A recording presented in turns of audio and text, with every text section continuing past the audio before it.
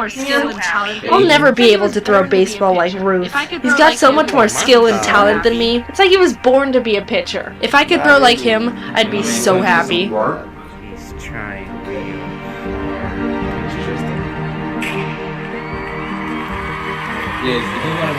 I like the animation so far.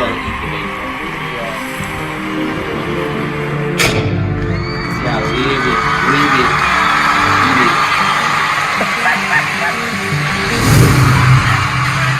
The more I look into it, is that no.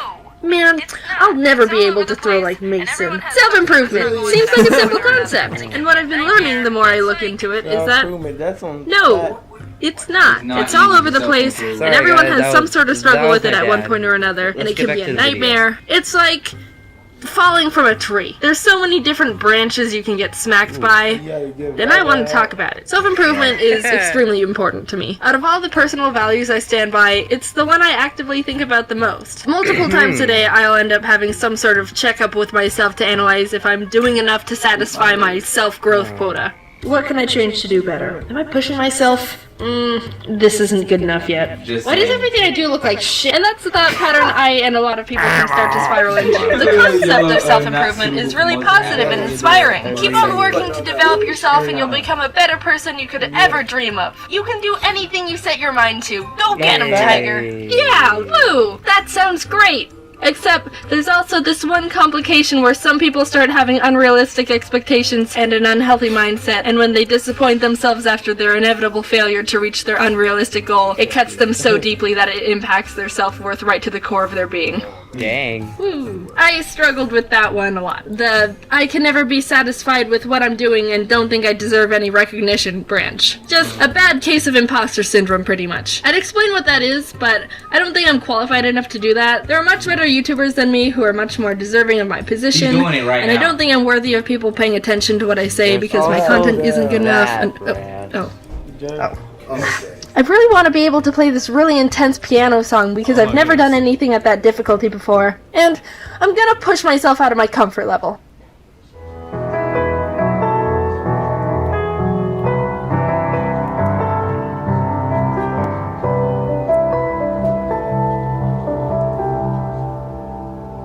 That sounds really nice. Let me guess, the wrong key's coming? It must have been Or am I actually gonna get the too sans easy. meme? I mean, it's not that great of an achievement. There's much better out there. Like I said. Man, I suck! No, you practiced for weeks. You earned this. You should be able to be like, yeah, you know what? I'm freaking great, and I deserve to feel at least a sliver of satisfaction for myself here. Exactly. You idiot! When you're constantly looking for the next bar to hit, you can blind yourself to how far you've come. It's alright, you can actually be proud of yourself without being a cocky douchebag. Since I value improvement so much, any sense of satisfaction with something would make me worried that I was settling and I wouldn't push myself anymore. Hindsight is 20/20, and I'm able to see how actually super toxic and damaging that thought process was. I wasn't pushing myself out of passion like I thought I was. It was all just a disguise. Let's see who the culprit really was. Got the Scooby-Doo game. What? Oh no! It was actually pushing myself too hard out of blind fear of becoming complacent. I got jinky. Self-improvement also pertains to self-help. You can't grow as a person when you're holding a whip to yourself. That's true. Can you whip yourself? I looked it up and ended up on a page I didn't want, but the analogy stands. You know that SpongeBob episode where SpongeBob was like verbally abusing his snail and then it ends up exploding?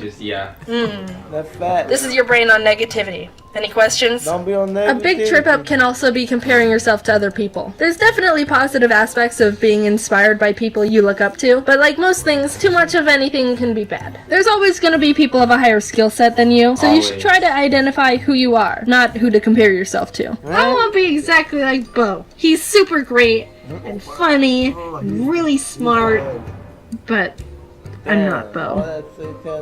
I'm such a failure. If everyone compared their skill sets to each other in order to calculate how much skill and potential they have, then all infant children should just give up on everything. You think time and practice is gonna help you improve your drawing ability, baby? Well, think again. You suck right now, so you might as well just throw in the towel, you pathetic little waste of diapers. Look at your drawing compared to Van Gogh. You call those sunflowers? Psh. This scribbled mess shows no potential of improvement in the art field. And you've even got more ears than him. You can have like 7 ears and still not be capable of creating a fraction of anything that could be considered art. You're nothing. Nothing! Everyone's on their own timeline. Even if someone is the same age or maybe even younger than you, it's still not okay to compare how much further they are to you. Jeremiah was able to hopscotch to number 8 when he was 5. I'm 21 and still get tripped up at the 5 and 6 combo. It's alright. Everyone's got different variables pushing them forward and backwards. Jeremiah has 4 legs, and you've only got 1. You'll get there with enough practice, champ. You've also got to think about why you want to improve something. Is it for yourself, or because you think that's what other people want from you? If you make choices based on what others want, then, oops, you played yourself. All of a sudden, in 3 years, you're hit with the realization that you don't know who you are, and you're just a living amalgamation of other people's expectations. Yep. Zoinks! When I was 9, I had a friend who said her favorite color was blue, so I said my favorite color was blue too, because I wanted her to like me, and that gave us something in common. Real critical 9-year-old thinking there. For years, I kept with that pattern of becoming a person I thought other people would like, and saying my favorite color was blue, because people who like purple are freaks! Until one year in high school, I suddenly had an identity crisis and a whole mental breakdown, being like, I don't know who I am anymore. All my personality traits are based on things I've modified for other people. My favorite color isn't even blue! We ended up painting my bedroom walls from blue to white because of that meltdown. Don't paint your walls a color based on lies from when you were 9. Let's flip the coin and talk about the other side of the improvement spectrum. As much as people can attach their self-worth to their failures or shortcomings, which is not good, and you should not do that. The same can be applied to earning achievements. It's not uncommon for people to improve, experience success, and then not feel the need to push themselves any further, which can melt into them being so absorbed in their accomplishments that they attribute it to their self-worth, becoming arrogant and a sociopath, douchebag. Jaden, this is getting confusing. Are we supposed to be proud of ourselves or not? No, yes, be proud of yourself, but don't get too caught up in... it's okay. All this stuff gets so tricky, and I swear we're all just destined to get hit by a meteor and perish. Yes, you should be proud of your achievements and improvements, but it's dangerous to link them or anything to your self-worth or personality, because that's how you either think you're as worthless as a speck of dust, or brainwash yourself into thinking you're the reincarnation of God. That's a mess. Just don't let your success/failure meter affect your personal behavior meter, and it'll be fine. I've asked a bunch of my friends on their opinion on what to do in situations when you've gone off the deep end and think you're all that in a bag of success chips, and we all agreed it just comes down to self-awareness. When you're surrounded in a mist of your own success and so high up on a horse that you can't hear the echoes of reality, you suck. The only person that can make a difference is your own reality check and desires to change. There's also a tendency for successful people to be surrounded by yes men and people who will always agree with everything. Isn't that right? Mm-hmm. Oh, yeah, totally. You're so smart. Yeah. God, she's always right. So it can be really difficult to get that window of clarity where you can actually see the consequences of who you've become. And don't get me started on how seeing criticism gets. I think you could move the eyes down more. They're a bit...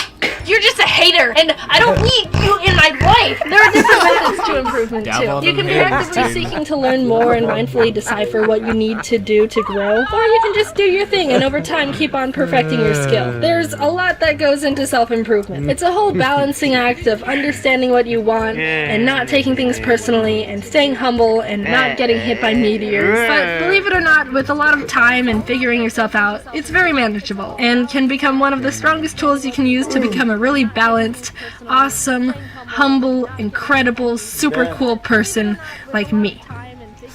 She just did it. Anyway, I hope you guys like this video. I really love doing animations videos, and I think there's a lot It's good that you're alive, of but I'm not points that are particularly quite valid. But anyway, I hope you guys like this video. If you did, make sure to give it a thumbs up, also share friends, do subscribe to the family. Also, make sure you guys go subscribe to Jane Animations. More I'll see you guys next concept-based time. videos lately instead of just whatever scripts. And that's just me wanting to add more structure and meaning to videos. It's totally fine to have silly videos and stuff, and I'm not going to stop it, but I continue to try on being able to talk about things I think are interesting and important, but challenge myself to make them entertaining as well and not like heavy or anything. It's been really fun, and I enjoy making videos more than I ever have, which I think is great. I don't want to turn into a channel that just talks about bettering yourself and all that stuff, though. Don't worry, that's not the direction I want to go. I just want to be able to talk about anything. The next video is going to be more story-based again. Spoilers. Yeah. Well, Peace. talk to you later. Bye. And thanks. And if you stay the night, yeah, if I do alright, I might be coming back for more. And if you're coming back, we must be on the right track, and I'm stepping up for sure.